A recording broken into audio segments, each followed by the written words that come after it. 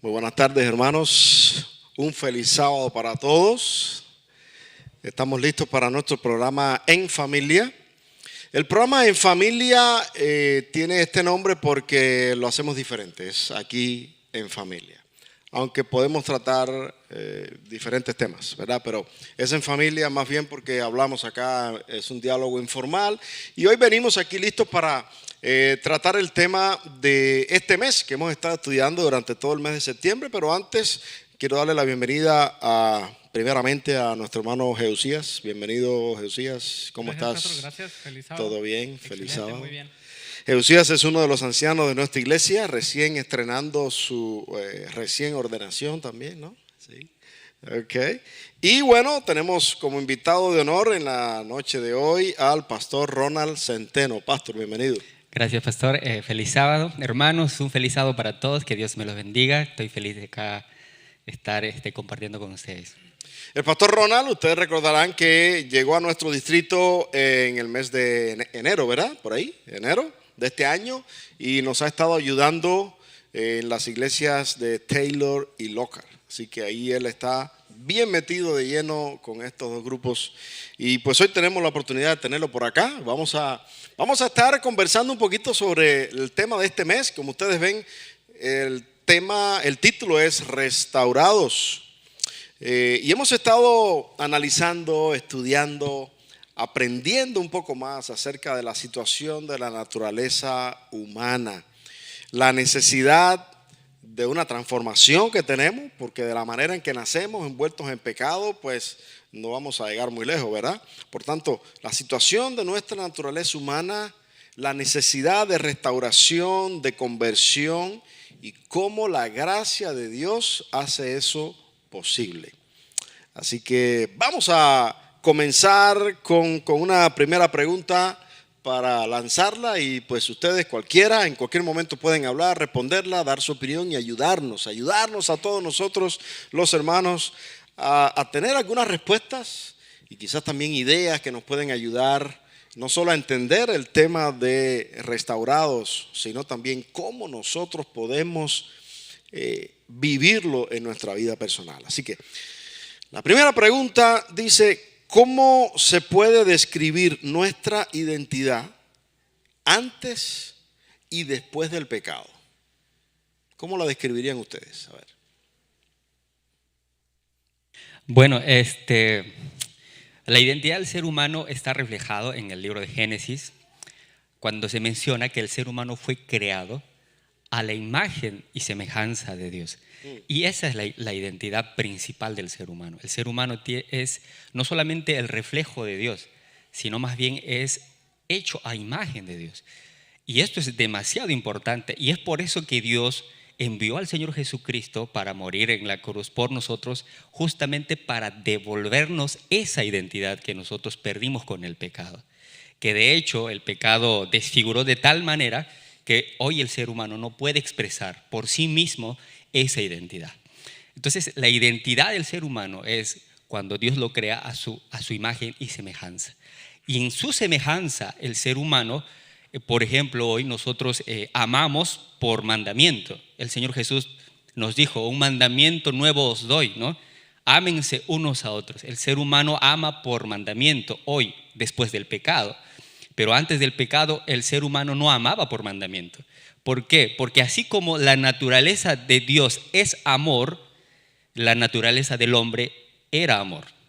Es decir, compartíamos esa misma naturaleza.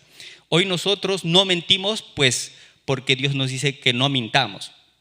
Pero antes del pecado, el ser humano era como el Señor Jesucristo. Jesús dijo: yo soy el camino, la verdad y la vida. Jesús no tenía la verdad, Jesús era la verdad. Y el ser humano también era la verdad. Entonces, fíjense ustedes que Dios busca que nosotros no solamente sepamos como una definición la verdad, el amor, la paciencia, la benignidad, la mansedumbre. No quiere que solamente nosotros lo sepamos por una definición teórica. Dios busca restaurarnos, hacer nuevamente todo eso. Y en eso consiste la restauración de Dios. Entonces, esa imagen, esa identidad Dios quiere restaurar en cada ser humano hoy. Y después del pecado, pues nosotros vemos hoy, aquí hay un versículo que describe justamente eso, y está en Romanos 3:23, y con esto termino, dice: ¿Qué dice ahí? por cuanto todos pecaron, están destituidos de la gloria de Dios. Eso dice Romanos 3:23, destituidos de la gloria de Dios. Todos pecamos. El pecado desfiguró la imagen de Dios. Entonces, fíjense cuán importante para nosotros es Cristo, para que nosotros podamos ser transformados y restituir la imagen de Dios en nuestras vidas. Jesús es todo para nosotros. Por eso es que es tan importante ser devotos a Jesús todos los días de nuestra vida. Si no, esa imagen no se va a poder reflejar. Ok, a ver.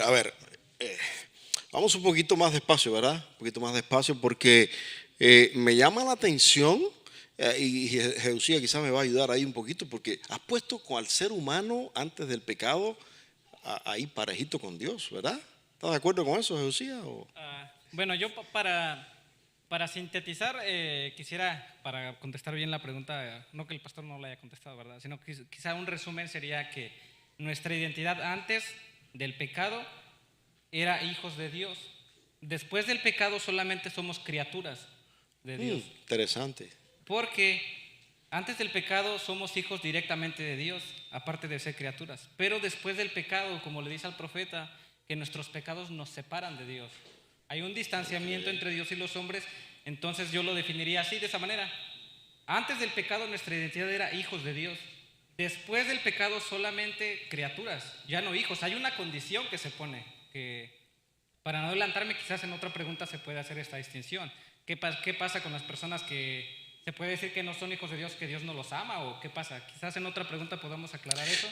Pero yo resumiría así: hijos de Dios antes del pecado, y después del pecado solamente somos criaturas.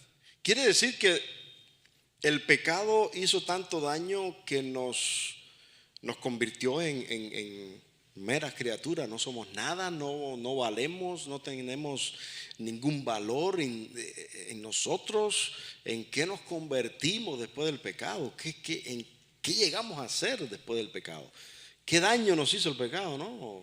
Ayúdenos. Bueno, justamente el ser destituidos de la gloria de Dios nos muestra, claro, y hay una cita de la hermana Elena de White que es sumamente interesante. Eso está en Ministerio de Curación, página 162. Fíjense lo que dice ella: el valor del hombre está determinado por el precio pagado por su redención. La cruz del Calvario testifica que el hombre es de gran valor para Dios a través de la vida y la muerte de Cristo. Esto es importante. Nosotros fuimos destituidos de la gloria de Dios, pero eso no significa que Dios cuando peca al ser humano odia al ser humano. No es así. Okay. O sea, de hecho entendemos por el versículo de Juan 3:16 que dice: porque de tal manera amó Dios al mundo. En un pasado, antes, ¿no?, amó Dios al mundo, que envió a su único Hijo Jesús para que todo aquel que crea en Él no se pierda, mas tenga vida eterna. ¿Qué quiere decir? Antes de que Jesús muera en la cruz, el Padre amaba al ser humano, lo amaba.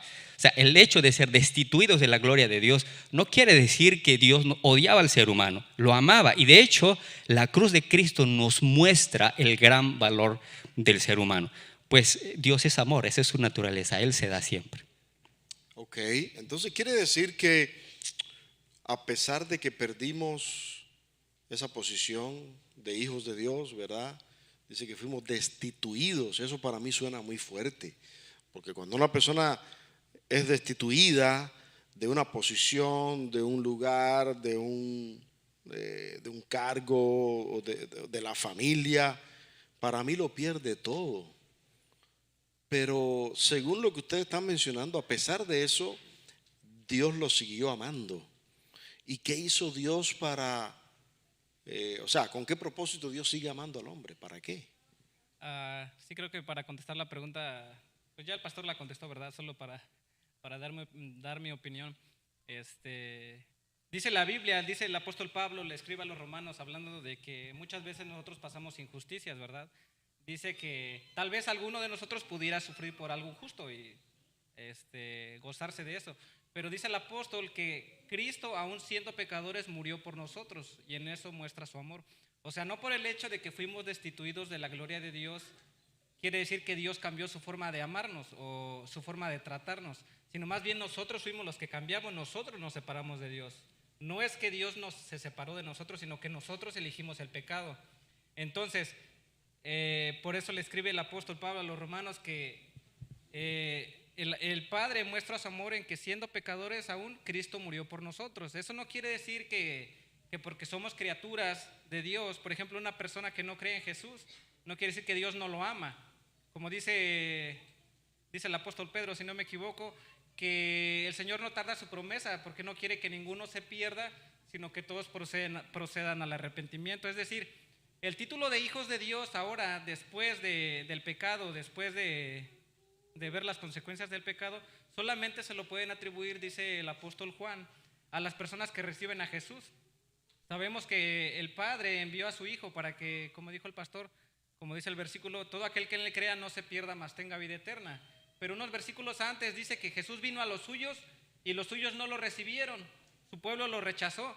Entonces Él les dio la potestad de ser hijos de Dios a los que creen en Jesús. Es decir, ahora solamente somos hijos de Dios nosotros como cristianos. Pero ¿qué pasa con las personas de otras religiones? ¿Qué pasa con los hinduistas? ¿Qué pasa con los musulmanes? ¿Qué pasa con todos ellos? ¿Será que Dios no los ama? Pues como ya dije anteriormente, ¿verdad? Cristo murió por los pecadores. ¿Y quién no es pecador? Pues todos somos pecadores, ¿verdad? Todos. Entonces el amor de Dios se manifiesta hacia toda la humanidad. Como dijo el apóstol, siendo aún pecadores. No es que ya no éramos y entonces ya vino Jesús a morir, sino siendo aún pecadores, Cristo murió por nosotros. Así que Dios está tratando de mostrar ese amor por nosotros a pesar de que somos tan malos, hemos sido destituidos. Y Dios quiere que nosotros recibamos su amor. Ahora, ¿qué puede hacer el hombre con ese amor? ¿Cómo puede el hombre, qué pasos necesita dar el hombre para convertirse en lo que Dios quiere que sea? Esa es una pregunta muy importante, ¿no? Tal vez aclarando antes, ¿no? Cuando usted decía, ¿cuál es el propósito de Dios al amar al ser humano? Bueno, es que nosotros nos fijamos que Dios incluso, o sea, por la Biblia nosotros sabemos que el plan de redención se planeó antes que el ser humano fuese creado. O sea, el plan de redención fue un asunto que ya se sabía desde mucho antes que el ser humano fuese creado. Es decir, el amor de Dios es tan grande así que a pesar del peligro del pecado, Dios ya sabía que iba a dar a su Hijo Jesús. O sea, eso nos demuestra ese gran amor. Ahora, Dios ama al ser humano no como un mero sentimentalismo como se ve en las personas. Nosotros confundimos el amor con un sentimiento. Tiene que ver en parte con eso, pero en realidad el amor más que eso es un sacrificio. Algo que se muestra en la cruz de Cristo. O sea, lo que quiere decir es que Dios anhela restaurar la imagen de Dios. Con su amor, Él busca la manera en que nosotros podamos ser restituidos nuevamente y recuperar la imagen de Dios. Mira, aquí hay un texto realmente que me impresiona. Eso está en Primera de Juan, capítulo 3, versículo 2, que dice, fíjense el anhelo, lo que dice el apóstol Juan, dice, queridos hermanos, ahora somos hijos de Dios, pero todavía no se ha manifestado lo que habremos de ser. Dice, sabemos sin embargo que cuando Cristo venga, seremos semejantes a Él, porque lo veremos tal como Él es. Fíjense, semejantes a Él. ¿Cuándo el ser humano era semejante a Dios? Cuando fue creado. Tenía ¿qué cosa? La semejanza y la imagen de Dios. Ahora, mediante Cristo, nosotros ¿qué cosa seremos? Seremos semejantes a Él. Entonces, el propósito del amor de Dios es restituir esa imagen que el ser humano perdió con el pecado. Pero dice ahí que esa restauración va a ocurrir ¿en qué momento? ¿En qué momento vamos a volver a tener la imagen de Dios? Ese asunto es algo muy importante. Nosotros tenemos que entender, usted hablaba de algunos pasos que el ser humano tiene que hacer. Okay. Para que esa restauración comience en el ser humano, el primer paso que tiene que hacer el ser humano es reconciliarse con Dios. ¿Pero cómo lo va a hacer? Por la obra del Espíritu Santo. ¿Y cuál es la obra del Espíritu Santo? La obra del Espíritu Santo es convencernos de pecado y de juicio. No es sanar a los tullidos solamente, no es restaurar los cuerpos, no es sanar tu enfermedad. No, no, no. El Espíritu Santo, el primordial trabajo del Espíritu Santo es convencernos de pecado y de juicio. ¿Qué quiere decir? Que el ser humano reconozca su pecado, su condición. Y ese es el primer paso para la restauración. Ok. Si un alcohólico, pastor, no reconoce que es alcohólico, ¿cuándo va a restaurarse?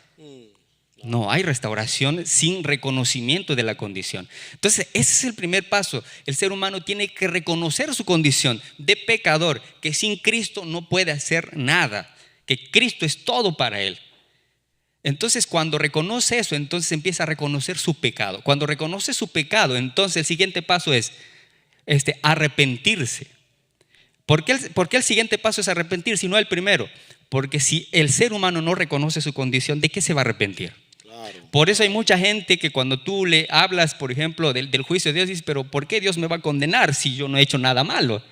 Pues las personas no reconocen su condición. Pero cuando tú lo reconoces, entonces ¿qué haces? Buscas a un Salvador. Cuando el ser humano se arrepiente, entonces es cuando el ser humano le dice, Señor, ayúdame. Y empieza la obra de restauración en el ser humano.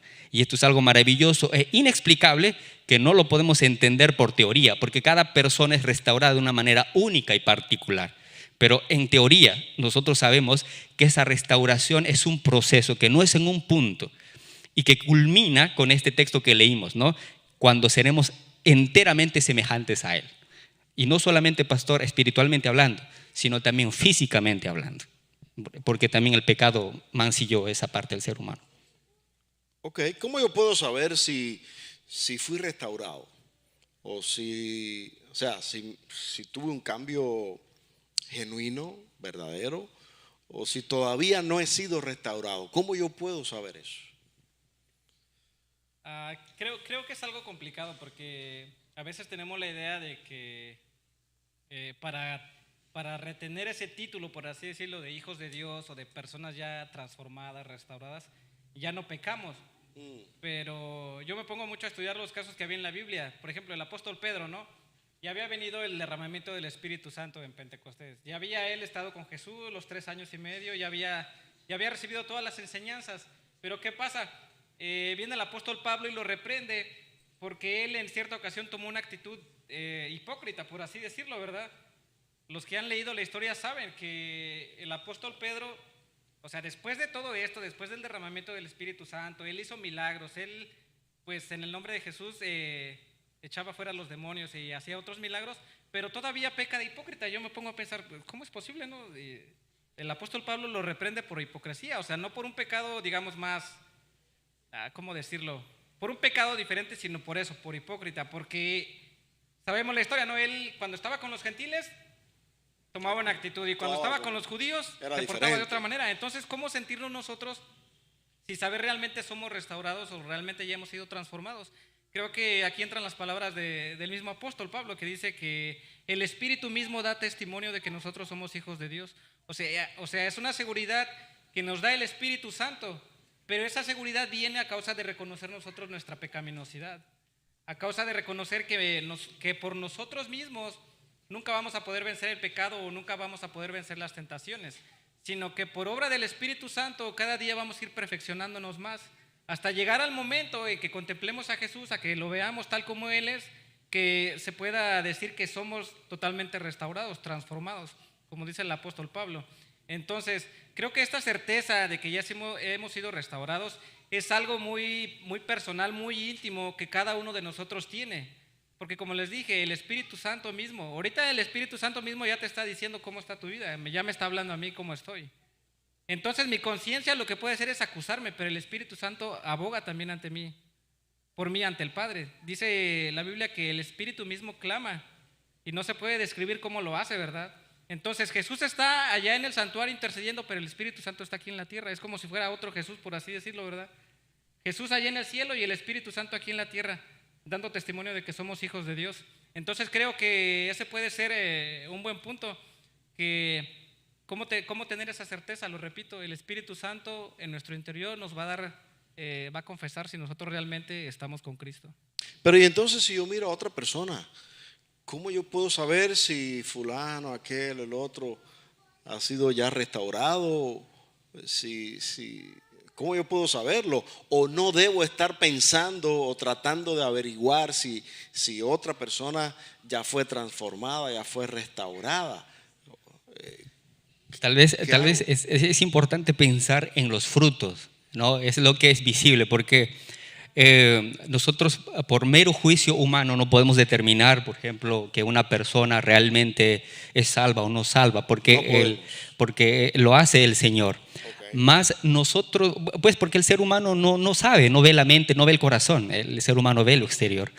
Pero exteriormente sí podemos ver cosas que tal vez de alguna u otra manera, no en modo de juicio, más es como un hecho observable de motivación a querer mejorar.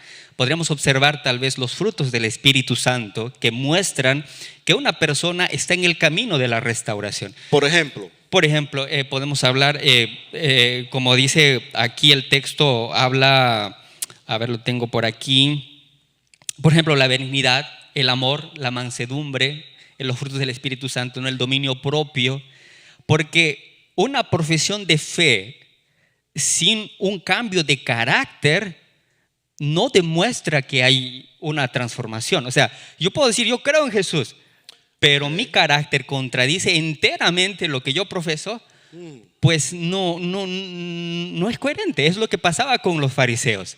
Entonces, cuando yo soy restaurado, entonces evidentemente yo muestro el carácter de Cristo. Se va a notar. Se va a notar. O sea, lo que las personas van a notar es justamente los frutos del Espíritu.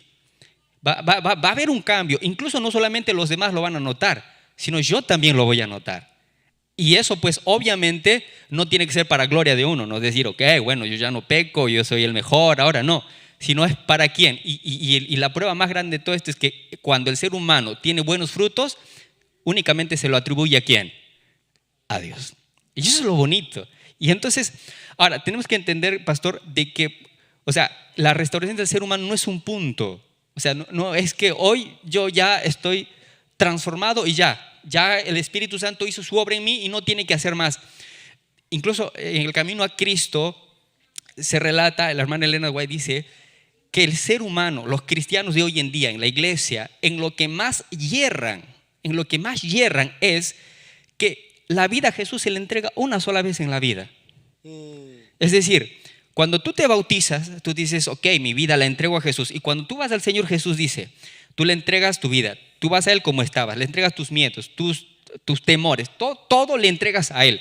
Y después de ese día, esa obra de entrega a Él permite que el Espíritu Santo restaure grandes cosas en tu vida, que tú te sientas tan bien y que después digas, ok, bueno, ya el Espíritu Santo, ya Dios hizo su obra en mí, ahora que lo haga con los otros, ¿no? Que lo haga con aquel que está allí borracho, con aquel que está fuera de la iglesia, porque yo ya he sido restaurado. ¿Y entonces? Y ese es el grave error.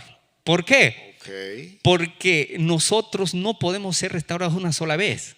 O sea, y esto es tan importante porque dice que nosotros tenemos que aceptar a Jesús como nuestro Salvador todos los días de nuestra vida, como la primera vez. Y este es la verdadera restauración, porque no es algo que yo mismo cultivo para que, bueno, yo pueda mostrar mis propios frutos, que yo mismo sembré y cultivé, no. Sino es la obra de Jesús, la obra del Espíritu Santo el que me hace crecer, porque el responsable del crecimiento es Dios. Eso me llama mucho la atención, porque como mencionó hace un rato Jeusías, al final yo puedo creerme una cosa o aparentar algo, pero por dentro yo sé lo que el Espíritu Santo me está diciendo personalmente a mí, lo que me falta, que quizás lo tuve ayer, pero y hoy. Entonces como que tiene mucho sentido lo que están mencionando. El Espíritu todos los días me llama y me pide que me entregue a Él para continuar con esa obra de restauración diaria. Exactamente, ¿verdad? Pastor, exactamente, porque nosotros podemos estar dentro de la iglesia, pero también estar perdidos. Porque fíjense, habían el padre pródigo, lo llamo yo, porque también es un padre que da, y pródigo es aquella persona que da sin medidas. Por ejemplo, tenía 2 hijos, ¿no? Un padre tenía 2 hijos, uno, el mayor y el menor. El menor se fue y se perdió. Sí.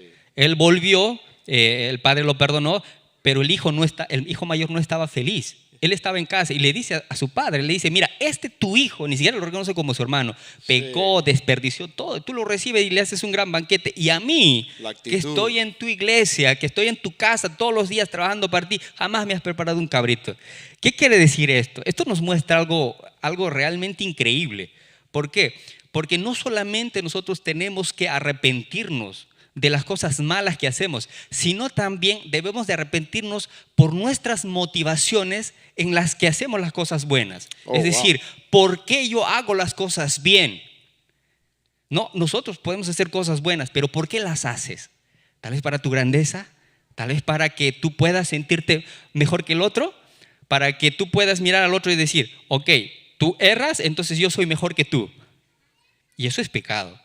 Y eso no es obra de restauración. O sea, yo puedo ver por ejemplo, en la cruz Jesús fue condenado, los ladrones en la cruz fueron condenados al igual que Jesús. Uno de ellos se arrepintió. Toda su vida fue terrible, pero Jesús le prometió que lo iba a salvar. Y nosotros no podemos, por así decir, por nuestra obra misma, determinar que estamos bien o mejores que las otras personas, porque lo único que lo determina es Jesús. Entonces, si yo hago bien algo, tengo que ponerme a pensar, ¿por qué estoy haciendo esto bien? Tal vez allí está el error. Entonces, nosotros tenemos que entender eso siempre, que nuestra vida depende de Jesús. ¿Qué obstáculo puedo estar enfrentando cualquier persona que impida experimentar esa verdadera transformación? Porque quizás, como mencionaste, al hijo mayor de la historia, estando aún dentro de la casa y estaba perdido, ¿qué obstáculo pueden estar enfrentando cualquier persona que le impida experimentar esa restauración? Creo que una de las cosas que pudieran impedirnos son, tal vez puede ser las cosas cotidianas, las cosas sencillas de la vida, ¿no? Que ocupan más nuestra atención que las cosas espirituales, ¿no? Nos distraen, las distracciones. Para el trabajo sí tenemos que estar puntuales, ¿verdad? Y nos levantamos y todo. Las personas, los alumnos, cuando están estudiando, se desvelan hasta las 11, 12 de la noche para estar estudiando, para pasar su examen. Pero ¿cuándo se desvelaron para leer los salmos, para leer los proverbios, para leer los consejos que hay para los jóvenes? Yo al menos no lo hacía. Yo estudiaba hasta la 1, 2 de la mañana cuando iba a hacer el examen, porque me daban el examen el 100% de la calificación. Y aunque yo no hacía ninguna tarea, pero pasaba el examen. Ahí estaba mi calificación segura. Pero ¿cuántas veces nos desvelamos haciendo una oración o estudiando? Si tú le preguntas, por ejemplo, a un estudiante, no, es que eso es para mi futuro, es importante, es mi carrera, es lo que voy a hacer. Y bueno, ¿y tu salvación? ¿Tu espiritualidad dónde está? A veces las cosas más cotidianas, más sencillas de la vida pueden quitar nuestra atención hacia las cosas espirituales, hacia nuestra restauración. Impiden que el Espíritu Santo termine su obra. No es que el Espíritu Santo no la vaya a hacer, ¿verdad? Dice la Biblia que el que ha terminado la obra en nosotros, Él mismo la terminará, la perfeccionará. Entonces, uno de los obstáculos puede ser eso. Lo más sencillo que nosotros podamos imaginarnos puede estarnos quitando nuestra atención de lo que realmente es importante. Estar enfocados en este mundo, pensar solamente en qué vamos a hacer. Todos nuestros planes están enfocados aquí. Bueno, ¿qué voy a hacer? Estoy ahorrando dinero, quiero ahorrar para un depósito para mi casa, pero no me doy cuenta que por estar ahorrando para ese depósito estoy transgrediendo el sábado, estoy saliendo más tarde. Puede ser que no vengo a la iglesia porque estoy bien desvelado, porque toda la semana trabajé como animal, por así decirlo. Suena feo, pero estoy bien enfocado en eso. Y no me doy cuenta que hasta mi propio cuerpo está pidiéndome un descanso. Entonces creo que pueden ser las cosas sencillas de la vida. No pudiera nombrar uno en específico, pero puede ser eso. Muy bien. ¿Algún otro que se les ocurra, algún otro obstáculo? Dice la escritura que el yo no consagrado, o sea, el egoísmo, es el mayor obstáculo del crecimiento espiritual. O sea, es decir, lo que menciona aquí nuestro hermano realmente tiene sentido. ¿Y por qué nosotros actuamos así? ¿Por qué le damos prioridad a otras cosas? Pues justamente porque el mayor mal del ser humano que el pecado le haya podido sembrar es el egoísmo. O sea, porque el ser humano todo lo quiere hacer para sí, para su complacencia, para su beneficio, para sí. Dice, no necesito a nadie, no necesito a Dios, no necesito de otro, yo puedo. Es el mal más grande que hay. Y Satanás también, por egoísmo y orgullo, es que un ángel de Dios se convirtió en Satanás. Un ángel de Dios por orgullo y por egoísmo se convirtió en Satanás. Entonces lo que hace el pecado hoy en nuestra vida también hace lo mismo. El egoísmo que está dentro de ti hace que tú busques solamente que cosas que, por así decir, a ti, a los ojos te van a hacer bien, pero en realidad no. Entonces allí es cuando nosotros tenemos que realmente aprender a consagrar nuestra vida al Señor. Por eso es que el mandato del Señor es orad sin cesar. Porque, hermanos, hay un conflicto en nosotros. ¿Está el bien? Sí. Pero también, ¿qué cosa está? El mal. El bien que yo quiero, no hago. Más hago el mal que no quiero hacer. E incluso cuando nosotros recordamos qué fruto comieron Adán y Eva, ¿comieron el fruto del mal? ¿Del conocimiento del mal? No, comieron el fruto del conocimiento del bien y del mal. O sea, algo mixto, una cosa en el que hay conflicto. ¿Me entienden? Entonces, por eso es que el cristiano, pastor, tiene que buscar con todo su corazón al Señor en oración, en la lectura de su palabra, en la meditación en ella, en compartir su palabra. Es la manera con la que nosotros podemos vencer el egoísmo que hay en nuestro corazón. Porque el egoísmo nos dice, no necesitas de Dios, justificación propia, por obras. Mientras la justificación por fe nos dice que solo Cristo nos salva. Entonces, hermanos, buscar a Dios y vencer esos obstáculos que mencionó nuestro hermano, ¿no? El momento de levantarnos, qué es lo que buscamos primero, todo eso. Porque el mal siempre nos va a llamar a hacer el mal y apartarnos de Dios. Pero recuerden, buscad primeramente el reino de Dios y su justicia, y todo lo demás os será añadido. Y hay un texto más maravilloso que dice, pastor, también dice, todo lo puedo en Cristo que me fortalece. Ahora, hay una pregunta. ¿Puedo entonces yo esforzarme y cambiar y lograr mi propia restauración? Creo que todos sabemos la respuesta, ¿verdad?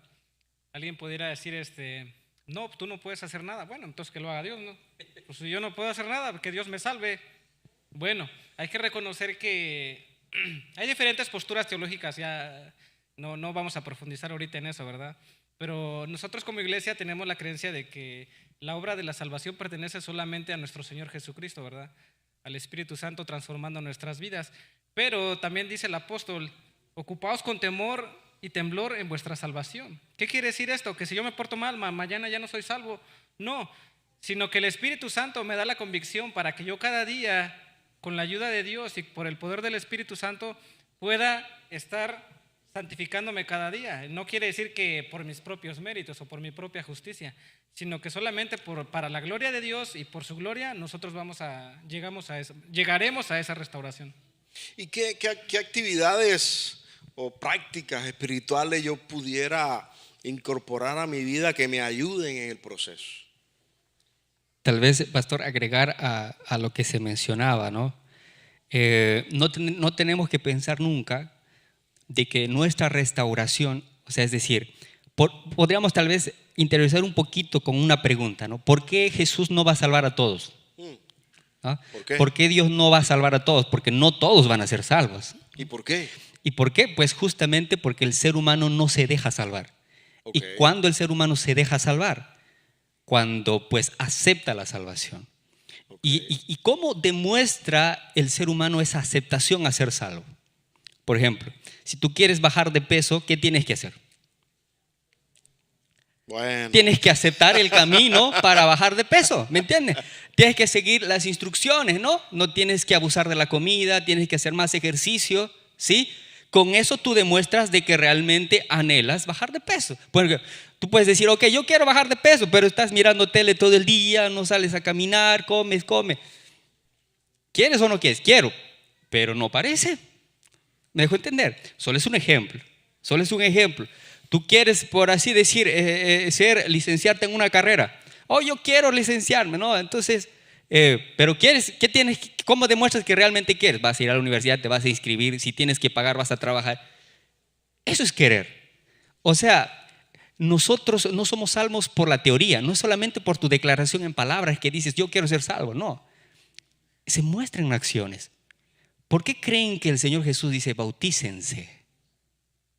Bauticen, porque es una acción, es un acto, no es una mera palabra. Tú entras al tanque del bautismo y te bautizas, es un acto público. Y después empiezas a caminar, esforzándote, apartándote del mal por decisión. ¿Entiendes? Entonces esa decisión tuya de apartarte del mal hace que el Espíritu Santo obre en tu vida. Ok. Es eso lo que realmente uno muestra y es eso lo que te hace salvo. Tú puedes fallar en ese camino, todos lo hacemos, pero no quiere decir que te vas a quedar allí. Levántate y sigue avanzando. Sí, un poco más y un poco más. Por eso es un camino, mis hermanos.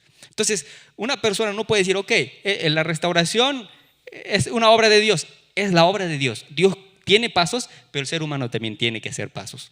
Y en este caso es mostrar, no solo con palabras, sino con hechos que realmente lo quiere hacer. Porque hay mucha gente que solamente piensa que, bueno, Dios lo hace todo y yo no hago nada. No es así tampoco, sino que el ser humano tiene que también demostrarlo con hechos. Muy bien. Una última pregunta. Pues ya necesitamos ir cerrando. ¿Cómo puede ayudar la iglesia como comunidad de fe a las personas que están buscando esa restauración?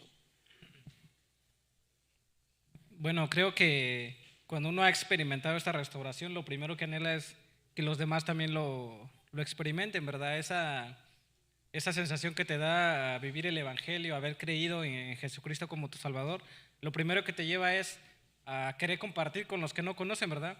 Y les pido disculpas, se me está yendo la voz. Creo que la iglesia puede ayudar de muchas maneras. Una de ellas es pues dando buen testimonio, ¿verdad? Porque no nada más la iglesia es cuando estamos aquí reunidos, ¿verdad? Somos iglesia donde quiera que estamos, pero estamos pensando en Cristo, pensando en cosas espirituales. Entonces, una de las cosas que yo podría decir, por ejemplo, en este caso, las visitas que los hermanos traen o que vienen a la iglesia es amistándonos con ellos, hablándoles, no ser indiferentes. A veces las personas vienen y lo único que necesitan es una sonrisa, es un abrazo, que tú les preguntes, ¿cómo estás? ¿Necesitas algo? ¿Quién te trajo? ¿Quién te invitó? Mira, si no conoces a nadie, ven, siéntate acá conmigo. Algo así. Cosas básicas que no necesitas ir a dar estudios bíblicos, no necesitas echarte un gran compromiso encima, sino que simplemente mostrando ese carisma que como cristianos deberíamos tener para que aquellas personas que no conocen a Jesús puedan ver a Jesús en nosotros y tengan ese deseo de experimentar lo que nosotros estamos viviendo. Pero si me ven a mí que yo soy así y de esta manera, pues no van a querer ser igual que yo, ¿verdad? Ni van a querer relacionarse con las personas que yo me relaciono. Entonces, creo que la iglesia puede ayudar de esa manera, tratando bien primeramente a los que vienen aquí a la iglesia, ¿verdad?